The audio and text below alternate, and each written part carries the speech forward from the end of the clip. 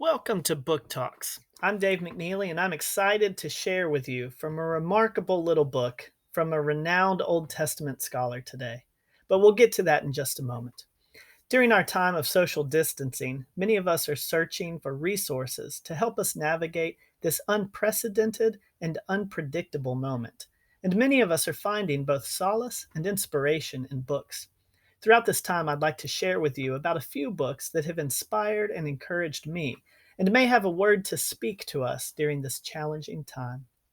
Among the many connections that have been made in the midst of our unchosen quarantine, some have noted that we have essentially been forced to take a Sabbath. If you grew up in any kind of religious environment, you're probably familiar with this term. But how well do we actually understand this concept embedded within the Ten Commandments? What do you think of when you hear the word Sabbath? Do you think perhaps of rest? Maybe you think of worship.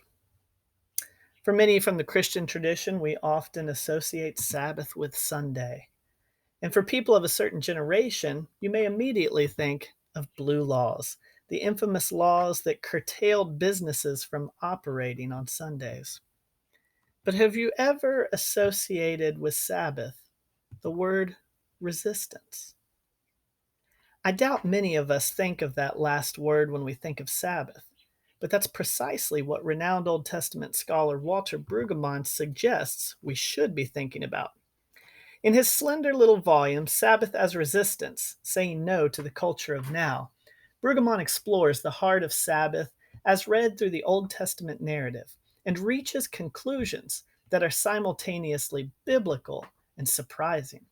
And I believe what Brueggemann offers to us through this biblical exploration may just be precisely what we need during this Sabbath moment.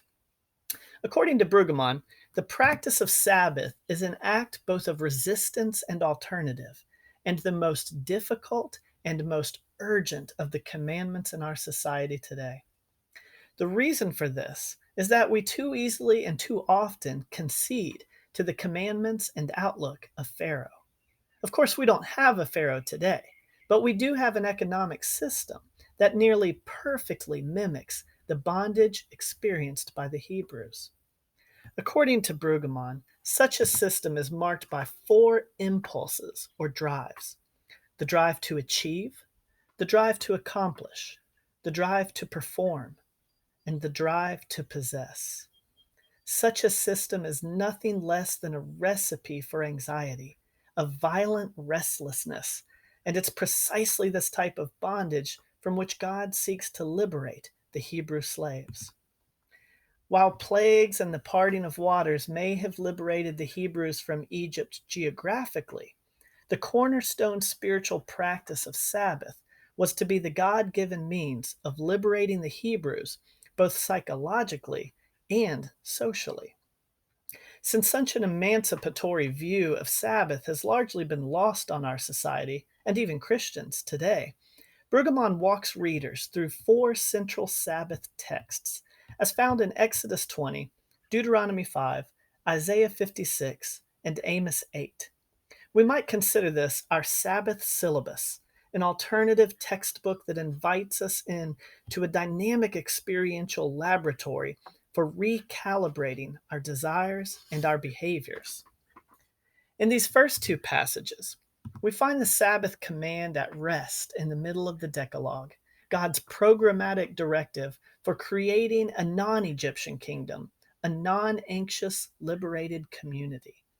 Two things stand out about the fourth commandment. Number one, it is the longest commandment among the 10. And number two, it is the only commandment that is significantly altered between the Exodus and Deuteronomy retellings.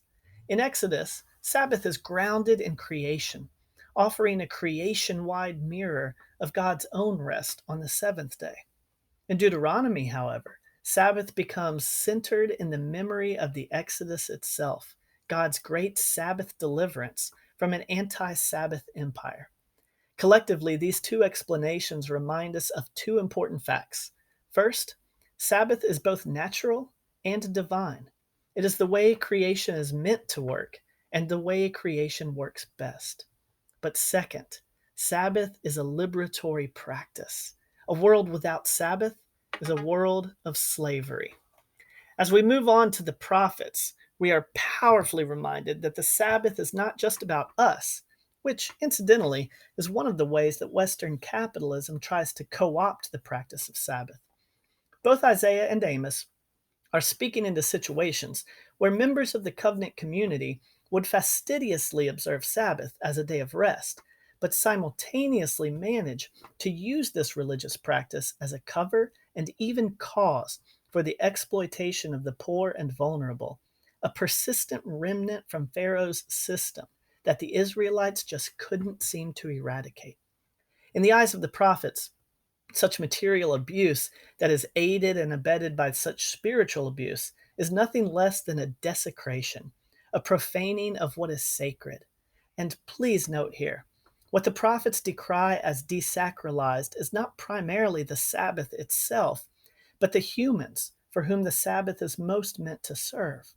As Jesus would say a few centuries later, humans were not created for the Sabbath, but the Sabbath for humans. At the heart of Brueggemann's argument is that we are engaged in a competition between two systems and worldviews. Both systems involve culture making economic practices with psychological consequences. But whereas the system of Pharaoh, and we might add the dominant form of Western capitalism today, produces the fruits of restlessness, anxiety, violence, and bondage, the system of God, as embodied and emboldened by the practice of Sabbath, produces the fruit of restfulness, peace, neighborliness, and freedom. But how do you press pause on everything that this world says matters most? Such a question reminds us of just how compelling the anxiety system is, how strong a hold it has on us, and exactly why we so desperately need practices that can provide us with an alternative strong enough to resist its violent and deathly pull.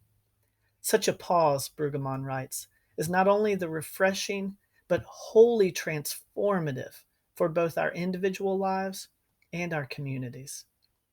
So may this extended Sabbath be transformative for you. May you be liberated from the systems of anxiety that enslave you to the drives to achieve and accomplish, perform, and possess. And may you be freed into the restfulness of God, for the glory of God, for the good of humanity, and for the grace of creation. Amen.